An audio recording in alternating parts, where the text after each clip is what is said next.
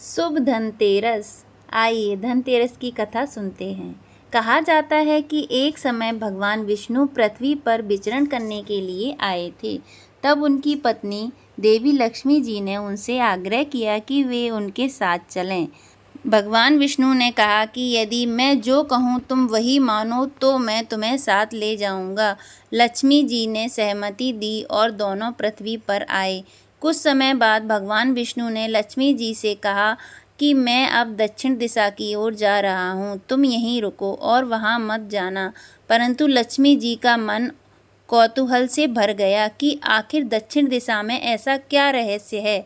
वे उनकी बात मान नहीं पाईं और भगवान के पीछे पीछे चल पड़ीं।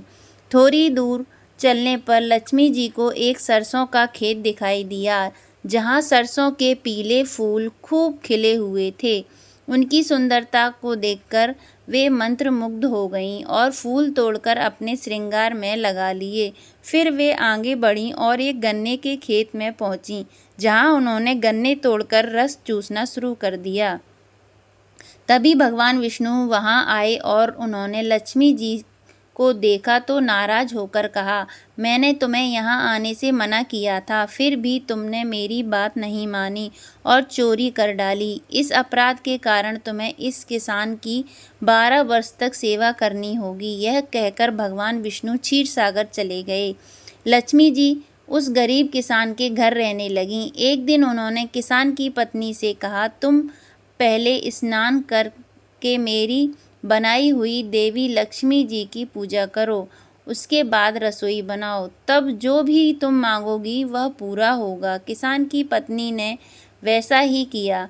पूजा के प्रभाव से और लक्ष्मी जी की कृपा से अगले ही दिन से किसान के घर में अन्न धन रत्न सोना भर गया। लक्ष्मी जी ने किसान को संपन्न बना दिया और किसान के 12 बड़े वर्ष आनंदमय ढंग से बीते। 12 वर्ष बाद जब लक्ष्मी जी जाने को तैयार हुईं तो भगवान विष्णु उन्हें लेने आए, पर किसान ने उन्हें जाने नहीं दिया।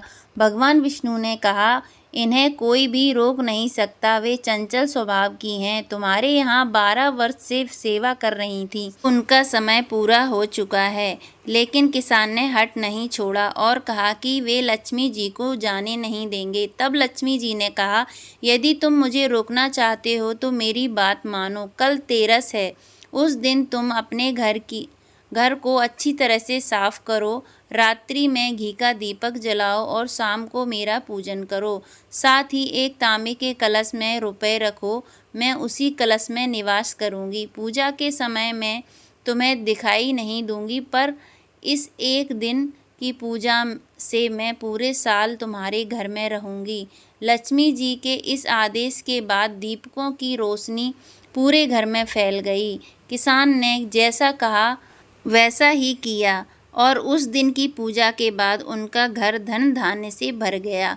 यही कारण है हर वर्ष तेरस के दिन लक्ष्मी जी की पूजा होने लगी। बोलो लक्ष्मी माता की जय। आइए धनतेरस की दूसरी कथा सुनते हैं। यह कथा भी धनतेरस पर सुनना बहुत ज़रूरी है।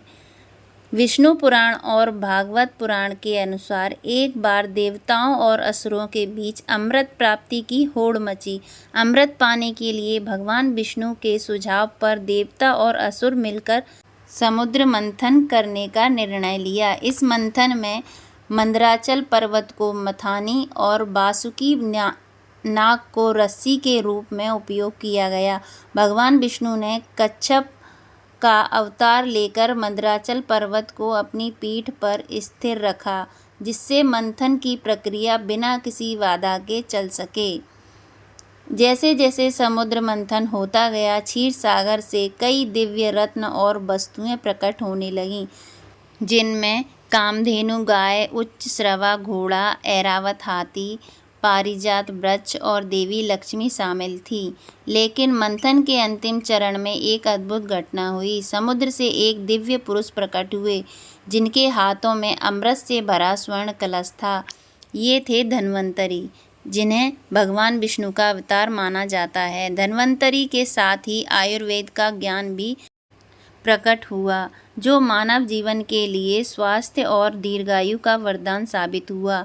धन्वंतरि को आयुर्वेद का जनक कहा जाता है क्योंकि उन्होंने मानव जाति को चिकित्सा विज्ञान का अद्भुत ज्ञान दिया। उन्होंने रोगों के निदान और उपचार की विधियां बताईं जो आज भी आयुर्वेद में प्रचलित हैं।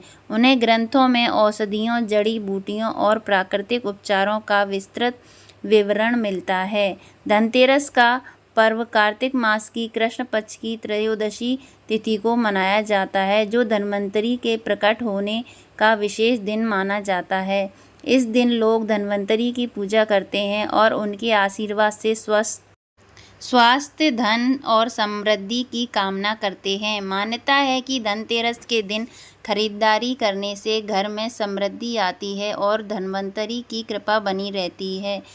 अगर आपको आज की कथा पसंद आई हो तो वीडियो को लाइक एंड चैनल को सब्सक्राइब जरूर करें। धन्यवाद।